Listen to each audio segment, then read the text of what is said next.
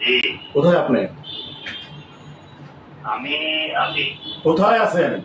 আসি মানে কি? কে বলছেন একটু পরে বুঝবেন। আপনি কোথায় এখন সেটা বলেন।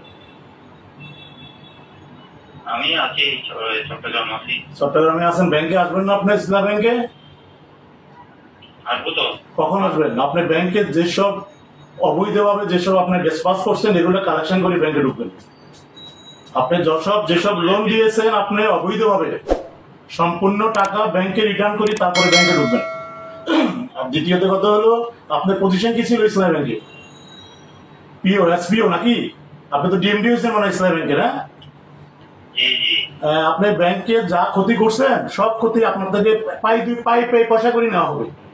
আপনি ব্যাংকে ঢুকার আগে সব টাকা কালেকশনের বন্দোবস্ত করে ব্যাংকে ঢুকবেন। বুঝছেন আপনি? বুঝবেন, একটু পরে বুঝবেন। আপনি এখন কোথায় আছেন সেটা বলুন। আজকে ব্যাংক কেন চিটং? আপনি ব্যাংক খুলবে না আজকে? ব্যাংকটাকে ধ্বংস করে দিয়ে চলে গেছেন। ব্যাংকটাকে ধ্বংস করে দিয়ে চলে গেছেন আপনি। আপনি বলেন না মানে আপনি তো সব নাড়ের গুরু, তথ্য তো সব আছে আমাদের কাছে। আপনি ব্যাংকের সকল নাটের গুরু হলেন আপনি। যে ব্যাংকটা বাংলাদেশের অর্থনীতির চালিকা শক্তি, এই দেশটা হৃৎপিণ্ড, ব্যাংকিং সেক্টর হৃৎপিণ্ড ছিল ইসলামী ব্যাংক। আপনি শুয়োরের বাচ্চা ব্যাংকটাকে ধ্বংস করে দিচ্ছেন।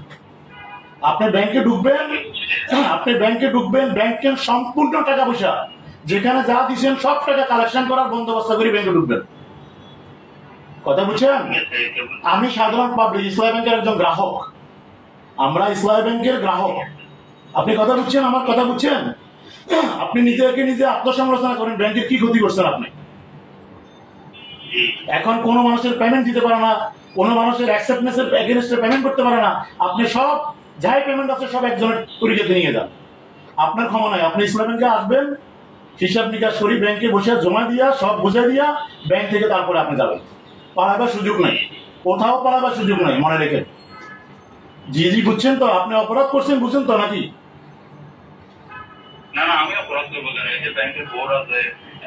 আপনি তো বোর্ডের থেকে বড় বোর্ড ছিলেন। আপনার ক্ষমতা ইসলামী ব্যাংক, আপনার যে ক্ষমতা ইসলামী ব্যাংকে, আপনার ক্ষমতা ইসলামী ব্যাংক থরথর করে কাঁপত।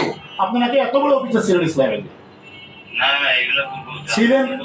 ছিলেন ইসলামী ব্যাংকে ছিলেন কি? আপনি পজিশন ছিল কি?